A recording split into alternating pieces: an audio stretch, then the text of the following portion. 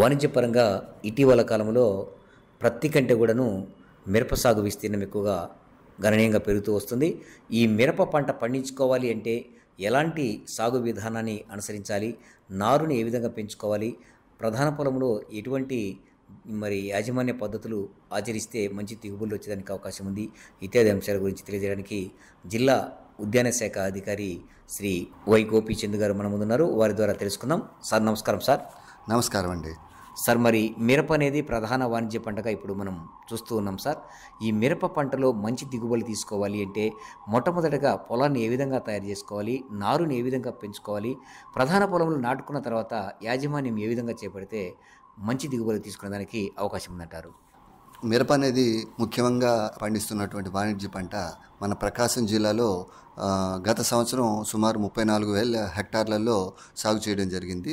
కానీ వివిధ కారణాల వల్ల మనకి ఈ సంవత్సరము కొంత మిరప సాగుబడి తగ్గే అవకాశం ఉంది. అయినప్పటికీ అది మంచి దిగుబడి సాధించినట్లయితే రైతులకి తను పెట్టిన ఖర్చు మీద అదనపు ఆదాయము పొందే అవకాశం ఉంటుంది. దీనికి గాను సమగ్ర యాజమాన్య పద్ధతులు పాటించవలసిన అవసరం ఉంటుంది. వీటిలో ముఖ్యంగా విత్తనం ఎంపిక దగ్గర నుంచి నారుమడిలో నారు పెంపకం, దాని యొక్క క్వాలిటీ మెయింటెనెన్స్ అనేది చాలా ఇంపార్టెంట్. దీనికి సంబంధించి విత్తనాన్ని సరైన మోతాదులో నారు పెంచడానికి కనీసం ఎకరానికి ఒక 650 గ్రాముల విత్తనాన్ని 40 చదరపు మీటర్ల నారుమడిలో విత్తుకోవాల్సిన అవసరం ఉంటుంది. అదే ట్రేలలో పండించే విధానంలో అయితే ఎకరానికి 70 గ్రాముల విత్తనం సరిపోతుందండి. నాటే ముందు విత్తన శుద్ధి అనేది తప్పనిసరిగా రైతులు పాటించవలసిన అవసరం ఉంది. ఈ విత్తన శుద్ధి ఇమిడాక్లోప్రిడ్ మందు దొరుకుతుంది. 8 నుంచి 10 మిల్లీలీటర్లు 1 కిలో విత్తనానికి కలిపి శుద్ధి చేసుకోవాలి. దీని ద్వారా నేలల ద్వారా వ్యాప్తి చెందే వేరుకుళ్ళు తెగులు అది కూడా నివారించడానికి అవకాశం ఉంటుంది. దీనికి గాను మ్యాంకోజెబ్ కానీ లేదా కార్బండిజిమ్ కానీ 3 గ్రాములు 1 కిలో విత్తనానికి కలిపి శుద్ధి చేసుకోవాల్సిన అవసరం ఉంటుంది. సార్, మిరపలో నారుమడి అనేది ప్రధానంగా ఎంతో కీలకమైనది. ఈ నారుమడి పెంపకంలో ఎలాంటి జాగ్రత్తలు తీసుకోవాలంటారు? నారుమడి ఇందాక చెప్పినట్టు సరైన మోతాదులో విత్తనం నాటుకోవడం ఒక పద్ధతి అయితే, ఈ విత్తన శుద్ధి చేసిన తర్వాత వాటిని నాటుకొని అది కనీసము ఒక 7 నుంచి 10 రోజుల వ్యవధిలో మొలకెత్తడం జరుగుతుంది. తర్వాత మనకి రసం పీల్చే పురుగుల నుంచి వాటి నుంచి రక్షణ అనేది మొదటి 20 రోజుల పాటు మనం చేసిన విత్తన శుద్ధి చేసిన రసాయనిక మందుల ద్వారా ఆ నారుకి సస్యరక్షణ అనేది ఉంటుంది. తర్వాత మాత్రం మనం కొన్ని చర్యలు తీసుకోవాల్సి ఉంటుంది. వాటిలో ముఖ్యంగా నారు మడుల మధ్య మనం 30 సెంటీమీటర్ల దూరం అనేది ఒకటి మెయింటైన్ చేయాల్సిన అవసరం ఉంటుంది. 1 సెంటు నారుమడికి మనము 80 గ్రాముల పిప్రోనిల్ గుళికలు వేయడం, అలాగే నారుమడిలో సరైన సస్యరక్షణ చర్యలు ముఖ్యంగా ఈ నారుకుళ్ళు తెగులు రాకుండా కాపర్ ఆక్సిక్లోరైడ్ అంటే బ్లైటాక్స్ కానీ బ్లూ కాపర్ అని కానీ మందు దొరుకుతుంది. 3 గ్రాములు 1 లీటర్ నీటికి కలిపి నారుమడిని 9 రోజులకి ఒకసారి 15 రోజులకి ఒకసారి తడపాలి. ఈ రకంగా చేసినట్లయితే నేల ద్వారా వ్యాప్తి చెందే ఈ శిలీంధ్ర జాతి తెగుళ్ళు అనేది నివారించడం జరుగుతుంది. ఈ నారుమడి ద్వారా వచ్చినటువంటి నారుని 6 వారాల వయసు కనీసం ఉండే నారుని నాటుకోవాల్సిన అవసరం ఉంటుంది. ఇప్పుడు ఒక్కోసారి వర్షాభావ పరిస్థితుల వల్ల నారు నాటుకునే సమయం కోసం రైతులు కొద్దిగాలి పాటు వెయిట్ చేయవలసిన అవసరం వస్తుంది. అలాంటప్పుడు ముదురు నారు నాటుకోవాల్సి వచ్చినప్పుడు నాటడానికి వారం నుంచి 10 రోజుల ముందు పొడి వాతావరణంలో ఈ తలలు దుంచి ఇందాక చెప్పిన కాపర్ ఆక్సిక్లోరైడ్ని 3 గ్రాములు 1 లీటర్ నీటి కలిపి పిచికారీ చేసుకోవాల్సిన అవసరం ఉంటుంది. ట్రేలలో నారుమడి పెంపకం అనేది షేడ్ నెట్లలో కూడా ఈ మధ్య విరివిగా సాగు చేయడం జరుగుతుంది. రైతులు సొంతంగా విత్తనము నారు పోసుకుని పెంచుకున్నట్లయితే నాణ్యత మీద ఒక అవగాహన అనేది రైతులకు ఉంటుంది. అలాగే షేడ్ నెట్ నర్సరీస్లో కూడా నారుమడి పెంపకం అనేది ఈ మధ్యకాలంలో పడమర ప్రకాశంలో ఎక్కువైంది.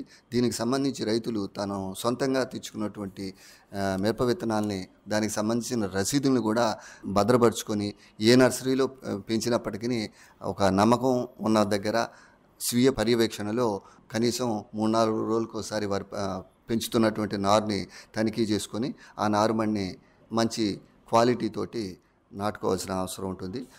దీనిలో ముఖ్యంగా ఈ షేడ్ నెట్ నర్సరీసు ఉద్యాన శాఖ వారిచే అమలు జరుగుతున్నటువంటి నర్సరీ యాక్ట్ కింద రిజిస్టర్ కాబడినటువంటి నర్సరీస్లో మాత్రమే రైతులు నారు కొనుగోలు చేయవలసిందిగా కోరుతున్నాము. తద్వారా ఆ నారు మీద ఆ నారు యొక్క క్వాలిటీ మీద కొంత కంట్రోల్ అనేది ఉంటుంది. ఎందుకంటే మన ఉద్యాన శాఖ అధికారులు నిరంతర పర్యవేక్షణతోటి ఈ నర్సరీ యజమానుల చేత నర్సరీ మిరప నారుమళ్ళు పెంపకంలో తీసుకోవాల్సిన జాగ్రత్తల్ని వారికి ఎప్పటికప్పుడు సలహాలు అందిస్తూ సరైన సమగ్ర సస్యరక్షణతో చీడపీడలు ఆశించకుండా దృఢంగా పెరిగినటువంటి నారు మొక్కల పెంపకంలో వారికి నిరంతరము ఉద్యాన శాఖ అధికారుల పర్యవేక్షణ ఉంటుంది. కాబట్టి నర్సరీ యాక్ట్ కింద రిజిస్టర్ కాబడినటువంటి నర్సరీస్లో మాత్రమే మిరపనారు కొనుగోలు చేయవలసిందిగా రైతులకు తెలియజేయడం జరుగుతుంది. మనకి ముఖ్యంగా ప్రకాశం జిల్లాలో ఇప్పటి వరకు 283 నర్సరీస్ మనకు ప్రకాశం జిల్లాలో ఉన్నాయి. 220 నర్సరీస్ ఇప్పటికి రిజిస్ట్రేషన్ కింద ఈ 2010 నర్సరీస్ రిజిస్ట్రేషన్ యాక్ట్ కింద నమోదు చేయబడి ఉన్నాయి. అది వివిధ ప్రాంతాల్లో కంబం, గిద్దలూరు, కనిగిరి, పొదిలి, మార్కాపురు, దర్శి, ఎర్రగొండపాలెం పలు ప్రాంతాల్లో మీరు సంబంధిత ఉద్యానాధికారుల్ని సంప్రదించి సరైన నారుమడి యాజమాన్య పద్ధతులు ఆచరిస్తున్నటువంటి నర్సరీస్ దగ్గరే నారుమడి కొనుగోలు చేయవలసిందిగా కోరుతున్నాను. సార్, మరి నారు పోసుకొని నారు పెంచుకున్న తర్వాత ప్రధాన పొలంలో నాటుకునేటప్పుడు ముందుగా పొలాన్ని ఏ విధంగా తయారు చేసుకొని నాటుకుంటే ఈ నేల నుంచి వచ్చే చీడపీడలను, ప్రాథమికంగా వచ్చేటువంటి తెగులను మనం అరికట్టుకునేదానికి అవకాశం ఉందంటారు? పొలం తయారీ అనేది లోతు దుక్కులు చేయడం ద్వారా నేల ద్వారా వ్యాప్తి చెందే తెగుళ్ళని, పురుగుల్ని, కలుపు మొక్కల్ని సమర్థవంతంగా నిరోధించవచ్చు. పొలాన్ని కనీసం 2 నుంచి 3 సార్లు గొర్రుతో దున్నాలి. ఆఖరి దుక్కిలో ఎకరానికి 10 టన్నులు బాగా చివికిన పశువుల ఎరువు పొలంలో వేయాల్సిన అవసరం ఉంటుంది. నీటిపారుదల సౌకర్యం ఉన్న పంటల్లో కనీసం 60 సెంటీమీటర్లు వరుసకి, 30 సెంటీమీటర్లు మొక్కకి తేలికపాటి నేలలో మధ్య దూరం కనీసం మెయింటైన్ చేయాల్సిన అవసరం ఉంటుంది. నల్లరేగడి నెలల్లో 75 సెంటీమీటర్లు ఇటు 30 సెంటీమీటర్ల దూరంలో నాటుకోవాల్సిన అవసరం ఉంటుందండి. నారు నాటేటప్పుడు ముఖ్యంగా తీసుకోవాల్సిన జాగ్రత్త 15 నుంచి 20 నిమిషాల ముందు ఈ నాటడానికి ముందు ఈ నారు మొక్కల వేర్లను ఇమిడాక్లోప్రిడ్ గౌచ్ అని మందు దొరుకుతుంది, 5 మిల్లీలీటర్లు, అలాగే కార్బండిజిమ్ 10 గ్రాములు 10 లీటర్ల నీళ్ళల్లో కలిపినటువంటి ద్రావణంలో ఈ నారుని ఒక 15 నిమిషాల పాటు ముంచి నాటుకున్నట్లయితే రసం పీల్చే పురుగులు, ఇతర శిలీంధ్రాలు మొదటి నారు నాటిన 20 రోజులు నుంచి 25 రోజుల వరకు రక్షణ అనేది మొక్కకి లభిస్తుంది. ఇది సమర్థవంతంగా పురుగులు, తెగుళ్ళని మొదటి దశలో కంట్రోల్ చేయడానికి ఆచరించవలసినటువంటి పద్ధతి అండి. సార్, వాణిజ్యపరంగా చూస్తే ఇవాళ భూసార పరీక్షలు చేయించుకున్న చాలామంది విపరీతంగా రసాయన ఎరువులు వాడుతున్నారు. ఈ ఎరువుల యాజమాన్యం ఏ విధంగా చేపట్టారంటారు? భూసార పరీక్షా ఫలితాలను ఆధారంగా చేసుకొని మరి మందులు వాడుకుంటే పెట్టుబడి ఏ విధంగా తగ్గించుకోవచ్చు అంటారు? ముఖ్యంగా ఇది మంచి క్వశ్చన్ అండి. ఎందుకంటే రైతులు వాళ్ళ ఖర్చుని బాగా పెంచుకోవడం జరుగుతుంది. అలా కాకుండా సాయిల్ టెస్టింగ్ చేయించుకొని సమీప ఉద్యానాధికారుల సలహా మేరకు ఆయా పొలానికి సంబంధించి నత్రజని, భాస్వరం, పొటాష్ అనేది సిఫార్సు చేసిన మోతాదులోనే ఎరువులు వాడినట్లయితే ఖర్చును తగ్గించుకోవడం, అలాగే మంచి నాణ్యమైన అధిక దిగుబడి పొందే అవకాశం ఉంటుందండి. ముఖ్యంగా ఈ చివరి దుక్కిలో ఎకరాకి 30 కిలోలు నత్రజని, 24 కిలోలు భాస్వరం, 12 కిలోలు పొటాష్ ఇచ్చేటువంటి ఎరువులు వేసుకోవాలి. పైపాటుగా వేసుకునేటప్పుడు దఫాకి 30 కిలోల నత్రజని, 12 కిలోలు పొటాష్ ఎకరానికి వేసుకోవాల్సిన అవసరం ఉంటుంది. అలాగే పైపాటుగా బెట్ట పరిస్థితుల్లో ఉన్నప్పుడు ఈ ఎరువుల్ని 319 కానీ 13,045 కానీ లీటర్ నీటికి 5 గ్రాములు కలిపి కూడా పైన పిచికారీ చేసుకోవాలి. మరీ ముఖ్యంగా అధిక దిగుబడులు, నాణ్యమైన అధిక దిగుబడులు పొందాలనంటే సూక్ష్మ పోషకాలని కూడా మొక్కకి అందించాల్సిన అవసరం ఉంటుంది. దీనికి గాను మిరప నాటిన 50వ రోజు, 65వ రోజు, 80వ రోజు ఈ ఫార్ములా 4 అని దొరుకుతుంది. లీటర్ నీటికి 2.5 నుంచి 5 గ్రాములు కలిపి పిచికారీ చేసుకున్నట్లయితే ఈ సూక్ష్మధాతు లోపాలు కూడా నివారించబడి మంచి అధిక దిగుబడి పొందే అవకాశం ఉంటుందండి. సార్, మరి ఏ పంటలైనా నీటి అవసరత అనేది చాలా వరకు కీలకము. మరి ఈ మిరపలో నీటి యాజమాన్యం ఏ విధంగా చేపట్టాలంటారు? ముఖ్యంగా ఎలాంటి నీటిపారుదలను అందిస్తే, అంటే తక్కువ నీటితోటి ఎక్కువ పొలాన్ని తడుపుకోవాలంటే డ్రిప్పే ప్రధాన అవసరం అని చెప్పేసి అంటుంటారు. ఎట్లా ఈ నీటి యాజమాన్యం ఆచరించాలంటారు? నీటి యాజమాన్య పద్ధతిలో మీరు అన్నట్టు డ్రిప్ ఇరిగేషన్ అనేది మంచి అభివృద్ధి చెందిన నాణ్యమైన అటువంటి పద్ధతి అండి. అంటే తక్కువ నీటితో ఎక్కువ వ్యవసాయం చేయాలి అని అంటే ఈ డ్రిప్ నీటిపారుదల తప్పనిసరి అండి. దీని ద్వారా కూడా నీటిలో కరిగే ఎరువుల్ని మొక్కకి అందించడం ద్వారా కూడా సమర్థవంతమైన నీటి యాజమాన్యం, అలాగే ఎరువుల యాజమాన్యం కూడా సాధ్యమవుతుంది. కాకపోతే అటువంటి అవకాశం లేని దగ్గర మాత్రం తేలికపాటి నేలల్లో 7 నుంచి 10 రోజుల విరామంలో ఒక నీటి తడి ఇవ్వాల్సిన అవసరం ఉంటుంది. నల్లరేగడి నేలలో అయితే 15 నుంచి 20 రోజుల వరకు ఆగే అవకాశం ఉంటుందండి. వేసవిలో మాత్రం ప్రతి 5 నుంచి 6 రోజుల వ్యవధిలో నీటి తడులు ఇవ్వాల్సిన అవసరం ఉంటుంది. ముఖ్యంగా పూత మరియు కాయ వృద్ధి చెందే సమయంలో నీటిని తప్పనిసరిగా అందించాలి. అలా చేయడం ద్వారా పూత మరియు కాయ రాలడాన్ని కూడా తగ్గించే అవకాశం ఉంటుంది. అలాగే అప్పుడప్పుడు వాతావరణం పొడి వాతావరణము ఇట్లా ఉండడం వల్ల పురుగులు తెగుళ్ళు కూడా ఉధృతి ఉండడం, తద్వారా పూత రావడం అనేది ఉంటుంది. ఇలాంటి సమయంలో నాఫ్థలిన్ ఎస్టిక్ యాసిడ్ అంటే ప్లానోఫిక్స్ అనే మందు, ఒక హార్మోను 10 లీటర్ల నీటికి 2.5 ml మందుని కలిపి 15 రోజుల వ్యవధిలో 2 నుంచి 3 సార్లు పిచికారీ చేసుకున్నట్లయితే ఈ పూత కాయ రావడం అనేది నివారించవచ్చండి. సార్, మరి చాలా వరకు కూడా ఏ పంటలైనా కలుపు అనేది ప్రధాన సమస్యగా ఉంటుంది.